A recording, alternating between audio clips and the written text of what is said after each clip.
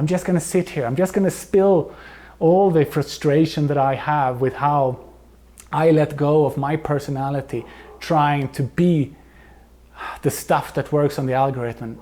Jesus Christ, why would I do that to myself?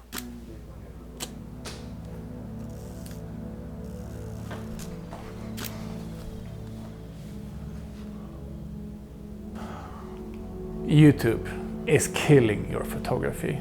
Watching photographers on YouTube is literally killing your creativity. It is killing your photography. Let me explain. I had another YouTube channel. I spent the last 6 months analyzing and trying to understand how the YouTube algorithm, and whatever that means, actually works. And I learned so much about shit that I do not care about. I realized that the more I tried to feed the machine with the perfect video, the less the video was Jonas, the less I cared about the video. I killed my own voice in the process of making these videos. It made me uninspired, it made me bored. I didn't want to go out and shoot, but I felt I had to go out and do certain things. I'm supposed to be able to do whatever I want, be proud of it, share it with you guys, and I shouldn't care. But that's not how we humans are built, is it? We do care. We care about how people consider us. We care about whether or not the art that we create, whether it be a video like this one or the photography that I create, we care how that is perceived. And we push ourselves down into the gutter thinking that everyone else is better than us. This has to end. You know, as I see it, on YouTube, we have kind of like 3 main categories of photographers. And of course, I'm generalizing quite heavily right now. But first we have, look at me, I'm taking a photograph. Personally, this is probably my favorite type of videos to watch, but basically you're watching a photographer as he or she goes out on a day, a week, a month, a year, whatever it might be, of photography. It often involves a journey, an adventure, a mission. You know, that's the whole plot. It's exciting. We get to see their challenges along the way. We get to hear their internal thoughts about how they do it, what they think about, what is important to them. And then we have the videos where there's a photographer trying to teach you something. So the teaching videos, right? It might be teaching you how to focus stack, how to do long exposures of water, how to photograph primates in the rainforest. Whatever it is, right? It's a teaching video. So that's the second category. I love watching these videos. But the thing is, I teach photography. That's what I do for a living. So I know quite a lot about photography. And I find myself watching videos where I probably already know enough or everything about the topic. And I know that there is very, very little chance that whoever it is teaching this can teach me anything. But I watch the videos anyway. The reason that I watch these videos is because I like the validation. Wow, I knew everything this guy or gal had to say. Thus I'm an expert, thus I can feel a little bit better about my photography today. I can feel a little bit more validated.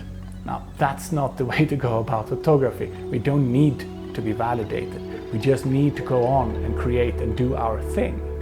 And the third category that I see is the gear videos. The what's in my bag, I bought a new lens, let's review the latest lens, let's look at this filter, let's look at this, whatever. The gear videos, the endless gear videos.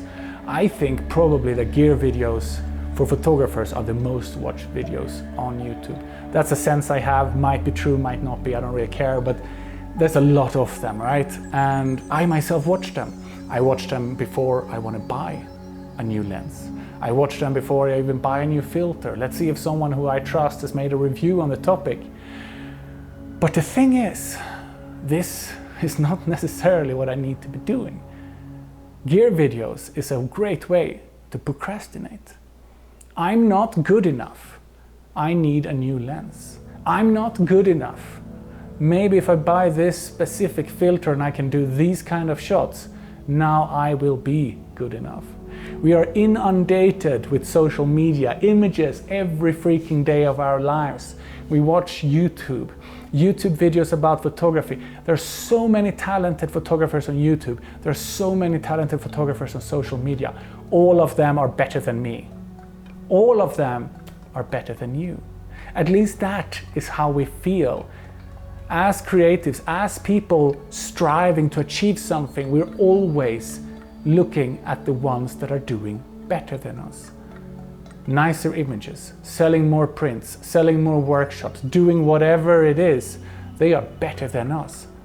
Doesn't matter if that is grounded in reality or fantasy, they are still better than us. But if I buy this lens, maybe then I will be as good as they are. Obviously, this is complete BS. Buying a new lens will not change anything. Heck, buying any new camera, unless it's for a specific purpose like Astro, whatever, there has not really been any major development in image quality in the last 30 years. Go back 30 years, 1990s, the golden era of medium format photography, large format photography. Heck, even 35, everything looked so freaking good. The image quality was outstanding. What have we gained since then? Yeah, it's digital, the workflows are faster. Does buying a new camera, a new lens, a new filter lead to better art? No, it does not. So I watch gear videos so that I can have an excuse why I think that I suck. As I said, grounded in reality or in fantasy. We all suck. At least that's what we like to think, because that's an excuse to not create. The thing about art is creation. Art is not planning, it's not preparing, it's not building skills, it's not buying the equipment that you need to create the art. Art is just going out making with whatever you already have. You own a camera? Well, use it. Go out and shoot. Create art. Art is not for tomorrow. Art is not for planning. Art is about creation. And the more we can remember this, the more we can actually create and the better photographer we will be. YouTube is such an amazing platform. We could be using it to be inspired, to be energized, and yes, to learn some more skills, and yes, to talk about gear and to inform our decisions of what we need and what we don't need. But we're not watching it because we need the information. We're watching it because it procrastinates, it validates, it numbs us, and it distracts us from actually being accountable to ourselves and to the creation of art. Let's just be freaking honest. Let's feel good about ourselves. I already feel good about this video and I haven't even seen it, but you know what? I'm freaking honest here and that makes me feel freaking good. And let's not forget to also be a bit weird. I am a bit weird. You're probably a bit weird too. Let's stop hiding behind a polished facade of perfection that doesn't exist. I'm just me. I'm just human. I make a lot of mistakes and so do you. Not all my photography turns out the way I want it to.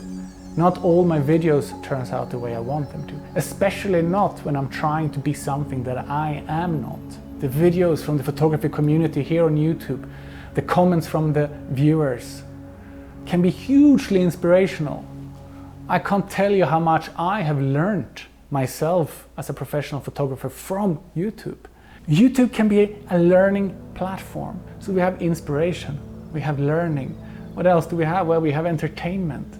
I freaking love watching some of the big YouTubers. As long as we, the creatives, we who judge ourselves can remember that YouTube is dangerous, social media is dangerous, if we let it push ourselves down, or if we let ourselves push ourselves down based on us seeing that everyone else is supposedly better than we are. If we just take YouTube for what it is, we take, we borrow, we steal, we take in what we want from it, and we ignore that stuff that is bad. You will evolve as a photographer. I'm gonna share my brutally honest journey now on YouTube as a professional photographer. Next week, I'm gonna start my planning for an upcoming expedition to Svalbard. I got one in April, got a second expedition to Svalbard for photographing polar bears coming in May as well. So there's gonna be a ton of Arctic content. It's gonna be polar bears, expedition ships, ice, landscapes, adventures, whiskey with glacial ice. It's gonna be the works coming in the weeks in front of us. And I'm gonna try to share this as brutally honest as I've shared it today. This is the start of something new for me. This is something honest. Oh, by the way, my name is Jonas. And now my back hurts because I'm sitting on a stool. And that's my boy, by the way, over there, Jack. He's sleeping. He's part of this video. And it's my coffee. So cheers. Thanks for watching.